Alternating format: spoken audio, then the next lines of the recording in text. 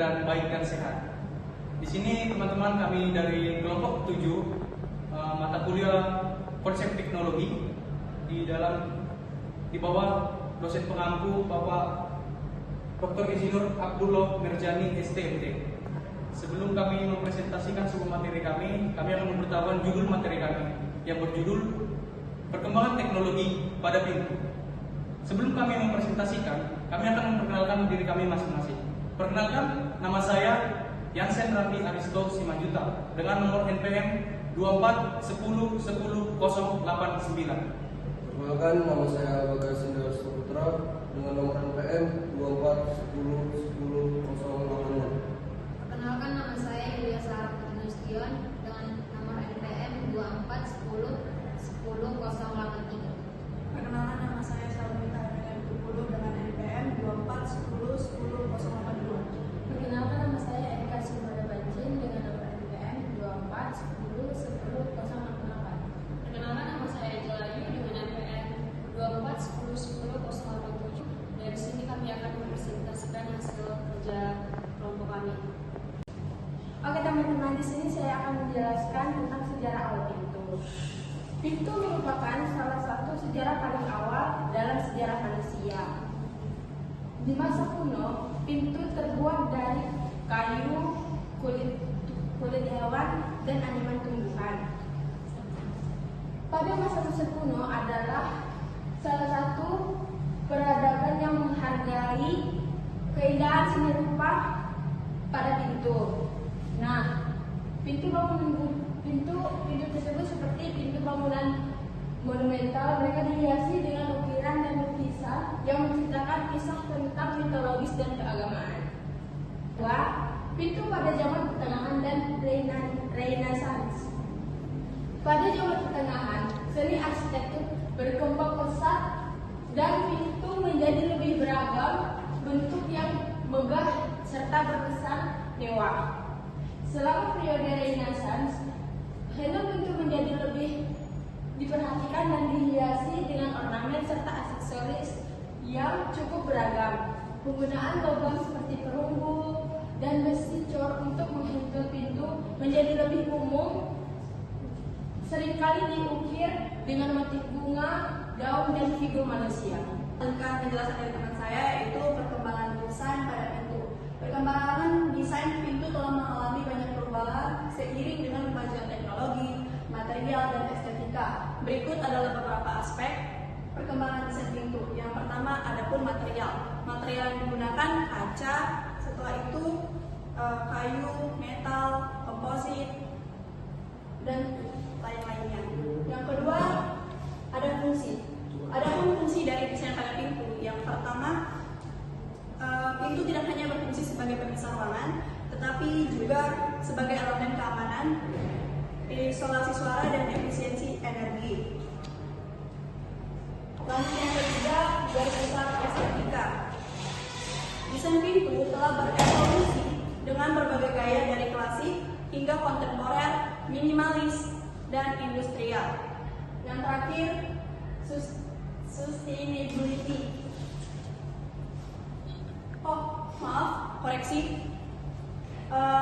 Bagian teknologi.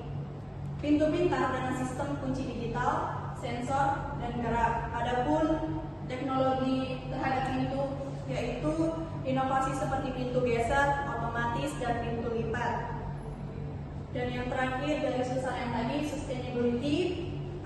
Banyak desainer yang kini fokus pada penggunaan material yang ramah lingkungan dan proses produksi berkelanjutan. Pintu yang terbuat dari bahan daur ulang semakin umum.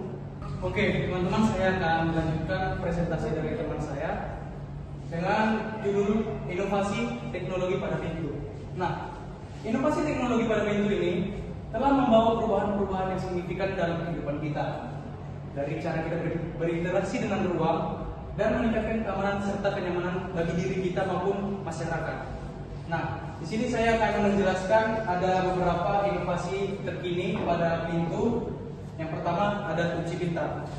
Nah, teman-teman yang kita ketahui kunci pintar atau smart lock itu biasanya dipakai pada apartemen ataupun hotel ataupun dan lain sebagainya. Nah, Kunci pintar ini bisa digunakan dengan menggunakan perintah suara, sidik jari maupun menggunakan ponsel kita. Nah, kedua ada pintu otomatis. Teman-teman, pintu otomatis itu juga sering juga digunakan seperti di mall, di apartemen juga mungkin ada, tetapi di rumah sakit juga ada. Nah, yang ketiga ada juga itu pintu geser elektronik. Pintu geser elektronik itu sering digunakan pada mobil maupun bangunan seperti yang saya sebutkan tadi. Nah, yang keempat itu ada pintu dengan kalibrasi. Yang kelima ada pintu anti panas dan isolasi suara dan lain-lain lagi. Oke, saya akan melanjutkan dengan judul ketiga, yaitu kebutuhan manusia yang mengubah inovasi pada pintu. Nah, apa saja sih kebutuhan kita yang mengharuskan terjadinya inovasi-inovasi yang mengubah teknologi pada pintu? Nah, kebutuhan manusia yang mengubah inovasi pada pintu itu mencakup berbagai aspek yang berhubungan dengan keamanan, kenyamanan, estetika dan fungsionalitas berikut. Dan fungsionalitas. Nah, berikut adalah beberapa faktor utama. Yang pertama adalah keamanan.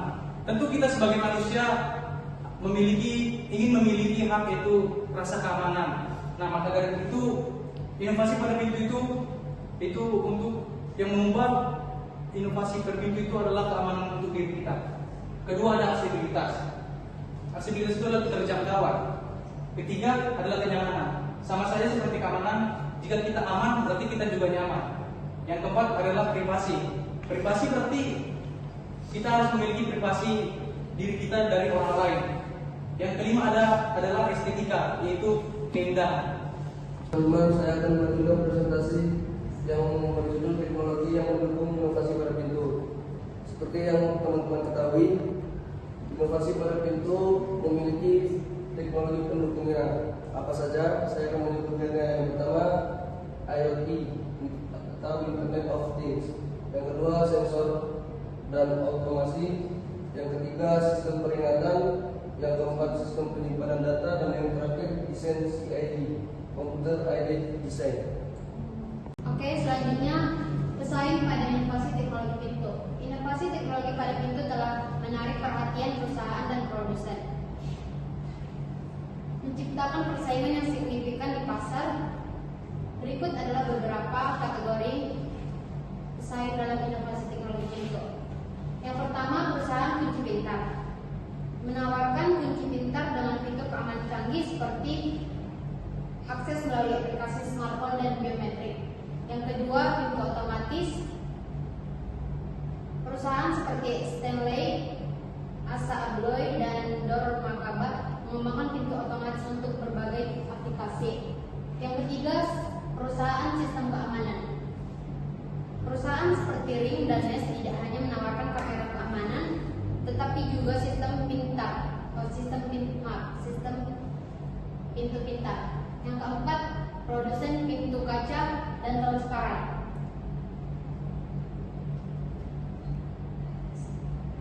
Perusahaan seperti Seglass dan View menawarkan pintu kaca dengan teknologi perubahan transparansi yang memenuhi kebutuhan etika dan privasi. Yang kelima, perusahaan smart home menciptakan ekosistem smart home yang mencakup pintu akses kontrol pintu. Dan yang keenam, produsen material ramah lingkungan. Beberapa perusahaan fokus pada inovasi bahan pintu yang berkelanjutan seperti pintu yang terbuat dari bahan daur ulang. Oke teman-teman, jadi kesimpulan dari presentasi ini yaitu pintu sudah ada sejak pada zaman kuno. Fungsi dari pintu yaitu untuk keamanan, dan tetapi juga bukan untuk keamanan, bisa menambah nilai estetika pada pintu. Dan dari pintu kayu sederhana di zaman kuno hingga kunci pintar dan pintu otomatis saat ini, setiap fase perkembangan mencerminkan kebutuhan dan inovasi masyarakat. Perkembangan material dan desain juga telah meningkatkan efisiensi energi dan keberlanjutan sejalan dengan kesadaran lingkungan yang semakin meningkat. Oke, baik teman-teman. Mungkin ini sekian dari presentasi kami. Jika ada beberapa kata atau sepatah dua kata yang salah penyampaian, tolong dimaafkan ya, karena kami masih dalam proses tahap belajar. Semoga materi yang kami sampaikan dapat bermanfaat bagi teman-teman sekalian. Dan adapun pantun pendek yang dapat kami berikan, jalan-jalan tanpa kekasih. Cakep.